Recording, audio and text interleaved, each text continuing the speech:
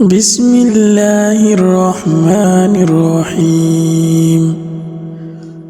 ألهاكم التكاثر حتى زرتم المقابر، كلا سوف تعلمون ثم كلا سوف تعلمون، كلا لو تعلمون علم اليقين لترون الجحيم ثم لترونها عين اليقين ثم لتسألن يومئذ عن النعيم. بسم الله الرحمن الرحيم.